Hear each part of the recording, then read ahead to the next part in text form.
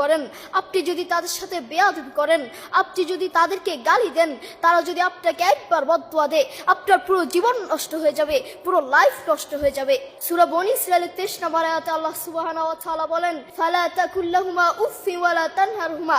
Allah said in the Quran, say not to them uff and do not repel them. তোমরা তোমাদের মা বাবার সাথে উফ কথাটিও বলো না এবং তাদের সাথে খারাপ আচরণ করো না। বন্ধু তোমাকে বলছি যুবক ভাইরা মনোযোগ দিয়ে শুনবেন। আপনার মাকে যখন পাশের বাড়ি থেকে কোনো খাবার দেয়া হয়, সেই মা আপনাকে ছাড়া খায় না। সেই মা বলে, এই খাবারটুকু যদি আমি খেয়ে ফেলি, এই খাবারটুকু যদি আমার পেটে চলে যায়, আমার আদরের সন্তানটা কি খাবে, আমার কলিজার টুকরো সন্তানটা কি খাবে? আপনার মা সারাদিন আপনাকে নিয়ে ভাবে।